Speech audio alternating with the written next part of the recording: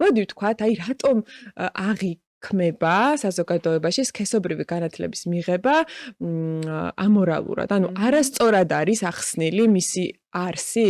მანცა მე და შენ რომ ესეთი ექსპერიმენტი ჩავატაროთ. წავიდეთ საქართველოს სხვადასხვა კუთხეში, შევხვდეთ მშობლებს და ვუთხრათ, რომ იქნებით თუ არა თანახმა, რომ თქვენს შვილებს ასევე პროფესიონალებმა მიაწოდონ ინფორმაცია სხეულის განვითარების თავისებურებებზე, რეპროდუქციული სისტემის ფუნქციონირებაზე, ჰორმონალურ, ემოციურ ცვლილებებზე, სქესობრივი გზით გადამტები დაავადებების შესახებ.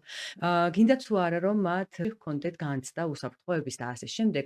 მე არ მეგულება მშობელი, რომელიც არ გვეტყვის, რომ კი, მე მინდა, რომ ეს ყველაფერი იცოდეს ჩემმა შვილმა. წარმოვიდგინოთ ახლა მეორე სცენარი, რომ სადღაც მშობლებს ისტით მათ ინფორმაცია, რომ კაცმა არ იცის რა შინაარსის სქესობრივი განათლება უნდა ასწავლონ შვილებს. და ვაიმე? ცხადია იქნება რეზისტენტობა და იტყვიან რომ არ მინდა.